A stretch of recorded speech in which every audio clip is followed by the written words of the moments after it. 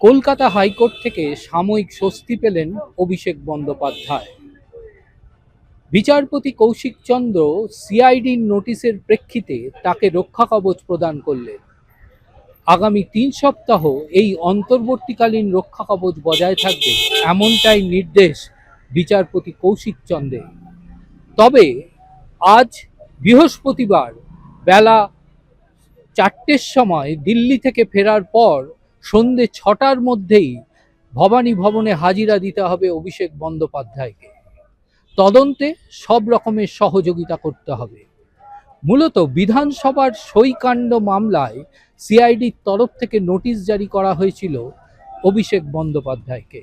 সেই নোটিশকে চ্যালেঞ্জ জানিয়েই কলকাতা হাইকোর্টে আবেদন জানায় অভিষেক বন্দ্যোপাধ্যায়। এদিন মামলার শুনানির সময় অভিষেক বন্দ্যোপাধ্যায়ের আইনজীবী অয়ন ভট্টাচার্য তিনি দাবি করতে থাকেন যে সিআইডির পক্ষ থেকে যে নোটিশ দেওয়া হয়েছে সেই নোটিশের কোনো ভিত্তি নেই। তার কারণ অভিষেক বন্দ্যোপাধ্যায় একটি রাজনৈতিক দলের সাধারণ সম্পাদক। বিধানসভায় তিনি নির্বাচিত বিধায়ক নন। ফলে বিধানসভা সংক্রান্ত বিষয়ে যে নথি যাচাইয়ের তদন্ত সিআইডি করছে, সেই নথি যদি না পাওয়া যায় সেক্ষেত্রে তাকে কোনো রকমভাবেই জিজ্ঞাসাবাদ বা এই নোটিশ জারি করতে পারে না তদন্তকারী সংস্থা। যদিও রাজ্যের পক্ষ থেকে additional advocate general Rajdeep Majumdar দাবি করেন মূলত ৬ তারিখে একটি রেজলিউশন নেওয়া হয় বিরোধী দলনেতা শোভনদেব চট্টোপাধ্যায়কে মনোনীত করার জন্য।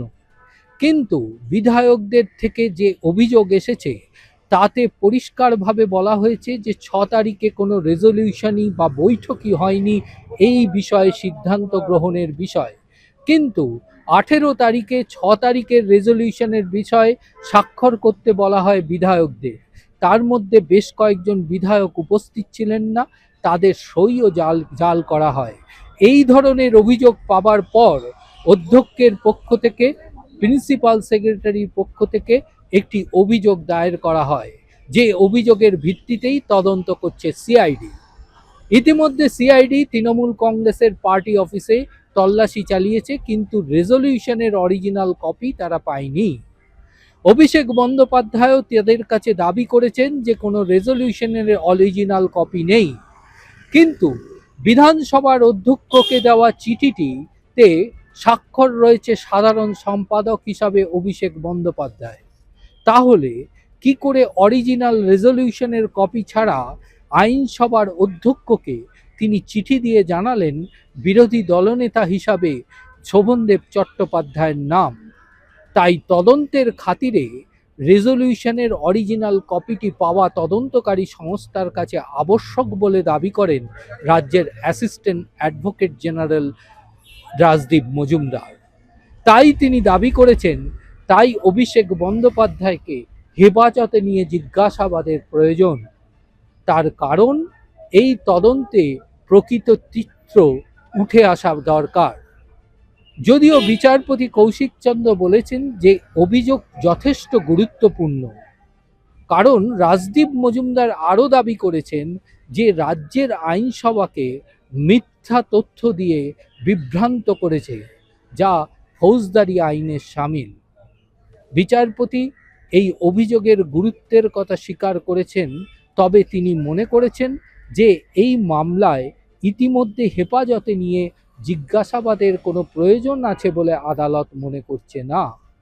তাই তিনি অভিষেক বন্দ্যোপাধ্যায়কে রক্ষা কবচ দিলেন। তবে অভিষেক বন্দ্যোপাধ্যায়কে তদন্তে সব রকমের সহযোগিতা করতে হবে।